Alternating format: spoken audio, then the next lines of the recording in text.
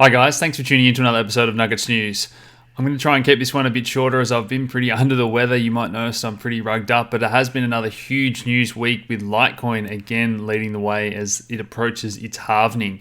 We are launching a new product this week, so this newsletter is designed to save you all plenty of time. It's only $7.99 a month, and our members do also get this for free. It's been one of our most popular products for them, but we did want to release that to the public as well for those of you with busy lives. So we do welcome another 1,000 subscribers this week. It's back to the old days with people really piling into the crypto space, which is great to see. And we have had our biggest month in our members area with over 100 new members. So they got a couple of new videos this week, which we'll touch on later on in this piece as well. No crypto history this week, but it has been 70 years since George Orwell's novel 1984, and it is pretty unfortunate to see a lot of his predictions really unfolding in real time, and Perth and Brisbane are now rolling out this facial recognition technology.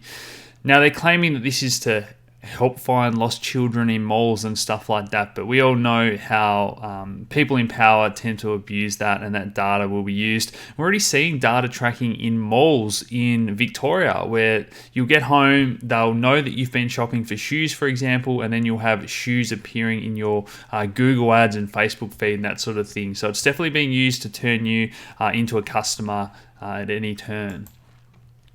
Now, we did get a piece this week from the National Australian Bank talking about Australia's retail session being in recession. Now, we have become that consumer economy and we do love to splurge. So if that does turn down, it's another one of those spillover effects. But I'm not going to talk about that too much because Martin and I did do our full economic update that week. So make sure you check that out.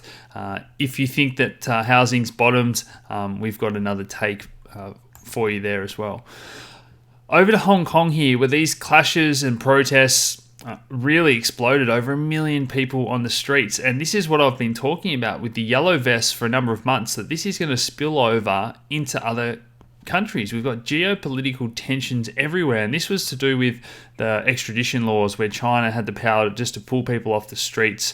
You know, if a journalist didn't like what they were saying and whatnot, back to China and often never seen or heard of again. But people have the power these days, and this is my take-home message, that stunning reversal here. Hong Kong indefinitely suspended that extradition bill because of these 1 million people on the streets protesting, and more people are going to push back against government, and particularly a lot of the banks and the central banks. What they're going to do, if they're going to make the rich richer, I think for the first time in history, the average man on the street is starting to understand that doesn't work in their favour. Now, we continue to see China buy more gold, the most in over 3 years. Who knows if they're going to launch their own cryptocurrency, or Russia, but we do know that their gold reserves are, continuing to increase, and they want to move away from that US dollar. And it's that real battle of the superpowers, who can be the number one economy and the number one army military in the world as well, between the US and China. When we've got all these tensions going on, we often forget that there's plenty of prosperous nations out there, and Iceland is the most peaceful nation in the world, according to this latest data from the Global Peace Index. But it's those far northern European countries that I really think have some great models around education, health. They were the ones that let their banks fail and put the bankers in jail, and here they are absolutely prospering. So I'd love to see, a lot of these things that have taken place over in Iceland, Denmark, Sweden happen in Australia as well. And they are the first country as well to be using e-money, so basically turning the local currency into some sort of cryptocurrency or digital money, you can think of that as. So let's see how that goes as an example for the rest of the world. In other parts of Europe here, again, this is from Expand Your Conscious, another great website, but France becomes the first country in Europe to ban all 5 pesticides. So I've spoken about these pesticides and the Monsanto court cases and how Bayer and that are getting sued. There's all these theories about whether or not they're carcinogenic, but either way, the bee populations are getting absolutely smashed, and they're one of the most important animals or insects on the planet for pollinating and whatnot. So it's funny that Germany, the country that manufactures these chemicals, has actually banned these chemicals. They ship them out to the rest of the world. So I think more people are wising up to the fact that a lot of what we've done has got out of tune with nature in this ever-expanding, we just continue to seek growth at all costs and for profit, and it's not how the world works. So the ECB were the next to cut float rate cuts here. So last week the US had their turn saying, look, we're probably going to drop rates 2 or even 3 in the coming year, now being predicted by the bond market. But it's over to Europe now. We've seen Australia cut rates this week, and it's a race to the bottom. Who can weaken their currency the most? And particularly if China do that and break that peg, that is really going to upset markets. And I've got a video coming out about this next week, so I won't talk about this too much, but Italy have also floated the idea of their own parallel currency now because they just can't get the austerity and they don't want to raise taxes on their people. They don't want to cut spending and that sort of thing, even though they're being forced by the EU. So, hey, people are seeking extreme measures, and launching their own currency is going to upset a lot of people at the EU. Now, a lot of this negative yielding debt does come from Europe, where interest rates never really got the chance to get back to even 2% like we saw in the US. So you'd ask yourself, why would someone give someone money for a negative yield? And the answer is because there's so much fear out there in Europe about the banks collapsing. Deutsche Bank at record lows. Just because you can't get a return doesn't mean that it's not the safest place to park your money. And people are desperate to put their money anywhere other than banks, and it looks like. And there's no safe place to park your money, with Australia looking like we're heading towards zero, America cutting rates, and Europe looking like they're going to have to roll over and start cutting interest rates as well. But one of the big headline pieces this week was this oil tanker and whether or not it was an attack. There's all sorts of theories going around about this incident in the Sea of Oman. But we do know, I guess all I'd say is we do know that the US have used false flags in the past. For years, there's been conspiracies going around about how Iran will be the next target for the US to invade. But let's see what comes of this as more evidence floats to the surface.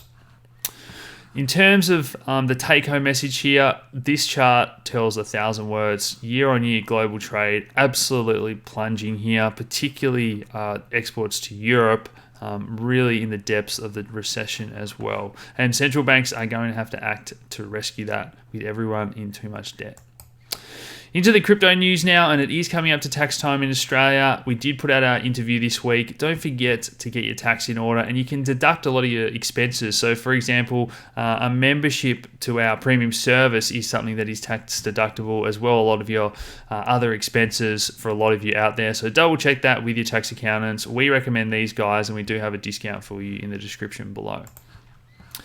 Now, CCN is one of the news sites that I tend to use in my weekly updates for their headlines and stories, and it came out this week that they were going under because of the changes to Google's algorithm, but they are back from the dead. So whether or not that was a bit of a publicity stunt, but Google have updated their algorithm, and it is another example of those few tech companies around the world getting to choose what hits your eyeballs. What is news? What are they going to push to the wayside and say, no, we don't want people reading about that? And they do have too much power, and that's why we constantly are talking about this decentralization movement.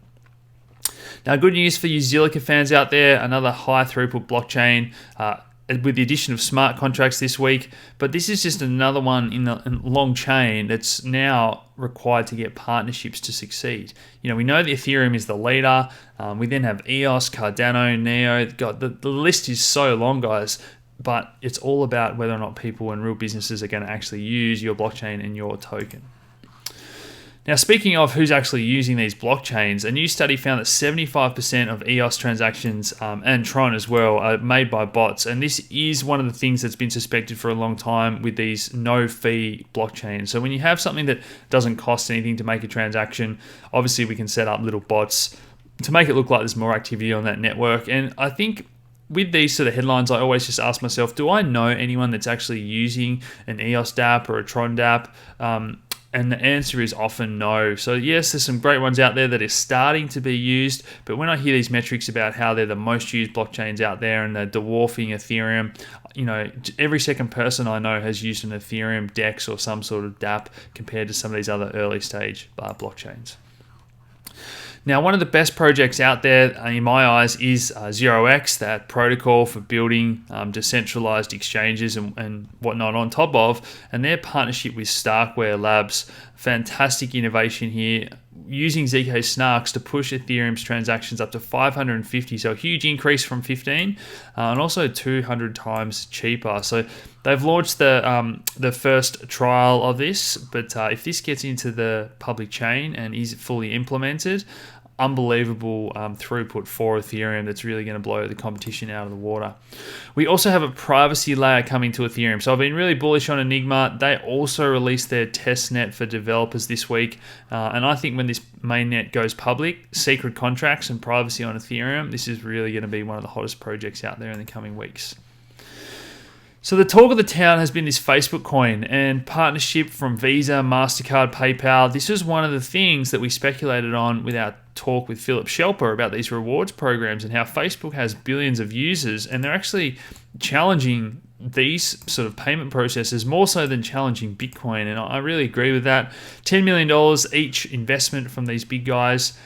I think Facebook coin is going to probably have a lot of users, but it's a stable coin. It doesn't really challenge Bitcoin in principle or as an investment at all.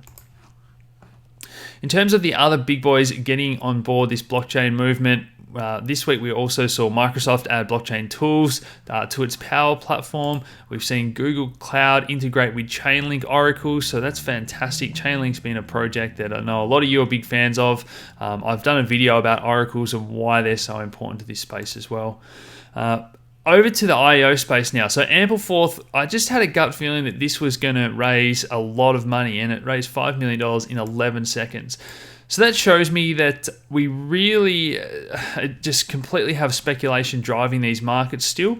This was a sale that sold less than 10% of their tokens. So back in the ICO days, people used to get upset if you didn't sell 50% in a token sale. Now it's become the norm to absolutely pump these prices up, sell very few tokens, make it look like it's super popular. And I just don't think this is a good thing for the space. Now, Binance announced that they are launching in the US, and this announcement did precede the fact that they're going to be culling US customers. So we've seen a number of exchanges delist coins and block US customers now. So Binance do have that DEX, and maybe they're trying to push people towards that DEX. You know, if you don't need an account or KYC to trade on a DEX, maybe that's where they're going to try and push people. But yeah, this was seen as pretty bad news for a lot of altcoins that did sell off. It's been my mantra all throughout 2017 and 18 that you should stick to Bitcoin, Ethereum, and the large cap coins. And the small cap alts are great for speculating. They do deliver higher returns when they take off, but there's so many things that they're working against, headwinds for them, and these delistings and low trading volumes are one of those as well. Now, Litecoin's had an absolutely tremendous run. I did a video about my future thoughts, where this is heading, and particularly against the Bitcoin pair. And after I record this video for members midweek, Litecoin actually did top against Bitcoin. And I do think it's going to have another run. And if you want to know my thoughts on that and longer term, should you hold on to Litecoin, join our members area.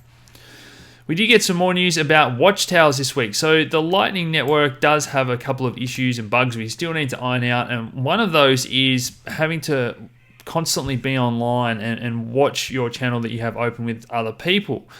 Otherwise, you know, we have to try and settle who owes what with those balances. So watchtowers are trying to combat that. Another technology that continues to come to Lightning Network. We're going to see that innovation as these layer 2 solutions improve. Now, Coinbase added 6 more nations for their card. So the number of people now that can spend crypto is just forever increasing, and Coinbase is competition for Binance, who are rolling out in all these different countries. But this is just getting crypto under everyone's nose, and it's what we were waiting to see during that bear market. And just super positive stuff. There's about 6 different cards you can get in Australia, but more and more countries are having ways now to spend their cryptocurrency.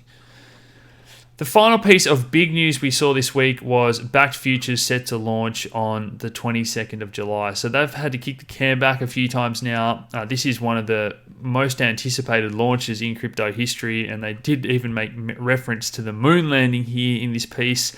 So they're pretty excited about it. That's going to garner a lot of hype.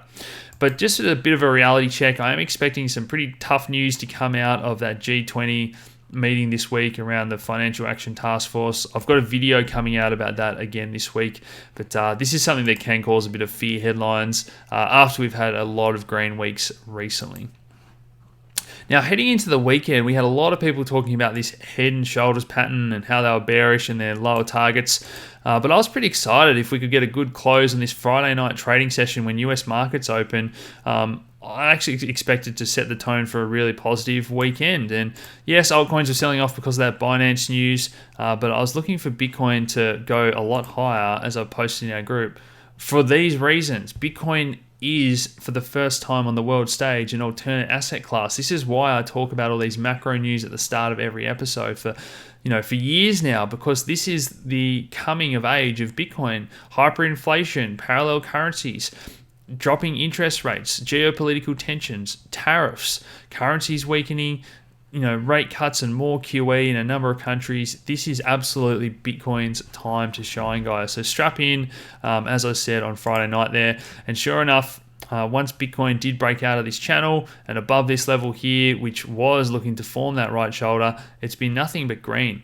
So we were actually looking for a bit of weakness here. A cycle bracket theory says we shouldn't go above this level here once we break down, and we didn't break that rule, but now we're looking for a push up again. So we've had a great run, a tremendous run. We are heading into overbought territory on the daily. We still are in overbought territory on the weekly, but I'm not going to talk too much about prices, guys, because one thing I will say is that everyone seems to be looking to short. They want to short Litecoin. They want to short all these altcoins. They want to short Bitcoin. But the time for shorting was during 2018 in the bear market, guys. In a bull market, you should be focusing on buying the dips, accumulating Bitcoin, trading those altcoins to buy more. And I think the most important chart in crypto that I've spoken to members a lot about is this ETH BTC chart. So if you want to know why that is and what I think is coming for altcoins, do head over and join our members area. And don't forget, you do get that new weekly digest product for free if you do become a member. So thanks for tuning in, guys. Smash that like button, subscribe if you haven't already, share these videos around, and thanks for tuning in. Cheers.